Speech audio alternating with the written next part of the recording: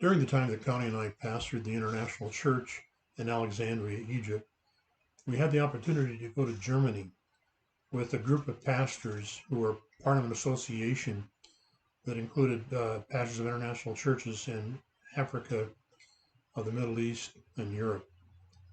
The tour that we went on was actually what they call a Luther tour, where we went to the places which were significance to Martin Luther, including the Wittenberg door, where the theses were nailed to the door.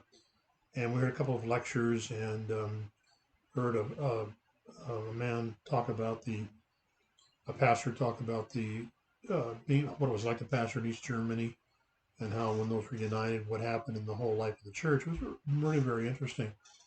And so that was the reason we went. Now we added some time onto that so that we could spend some time with our niece Amy and her husband Kevin, who he was stationed there in the Air Force in Ramstein Air Base, and we were able to spend some time with them and tried a really good barbecue at their place. And then Amy was able to drive us to Berlin.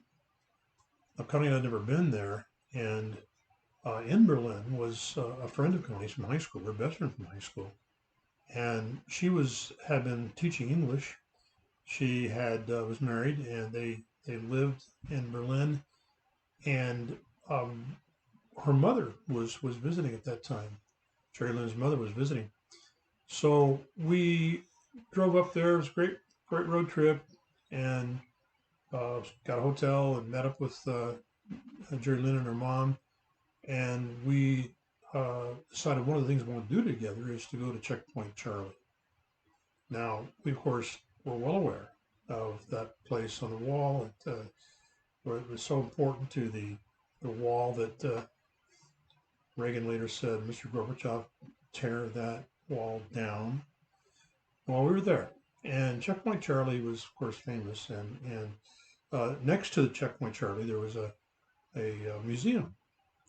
So we got there, and Jerry Lynn had been there several times. She said, you go, Mom, you go with Jim and Connie and their niece Amy. You go. I've been through this tour a lot. I'll just I'll hang out outside. You go in there and take the tour. It takes about an hour. So we got up to the corner, and we had our tickets in our hands to go inside. And then across the street, we saw this sign for a Mexican restaurant. Now, all five of us are from Southern California, and we saw that that restaurant, and we thought, well, it's 11. We'll go have brunch, and then we'll see. We'll go on the tour. So the five of us went over there and ate a Mexican dinner lunch there, right next to Checkpoint Charlie. In fact, out the window you could see Checkpoint Charlie. It was kind of fun. Then we went to the museum, and while we were in the museum, Amy went over to the east. She Googled or somehow found out where there was a Starbucks, and it just so happened the nearest Starbucks was actually on the eastern side of the former wall. So we walked on the sidewalk past Checkpoint Charlie, down a few blocks, turned right, and I think it was a total of about a mile. And we we drank Starbucks together, the five of us, in the East Berlin. Well, it was East Berlin, in the Starbucks there.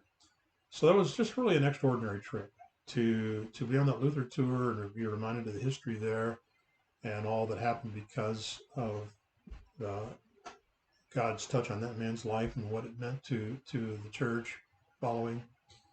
To see the historical thing in our own life of Checkpoint Charlie, remember the Berlin Wall, to see the museum and see how it is that some people really, some didn't make it, but there's many of them did, and the ingenious ways that they used to get across the wall to the freedom on the west side, and then to top that off with having a coffee in Starbucks, kind of like, and then you really knew that Berlin had been united. It was a great trip. And I thank the Lord for that memory. And I'm glad that we could do it, Connie and I, with her best friend from high school and her mom, and then our really wonderful niece, Amy.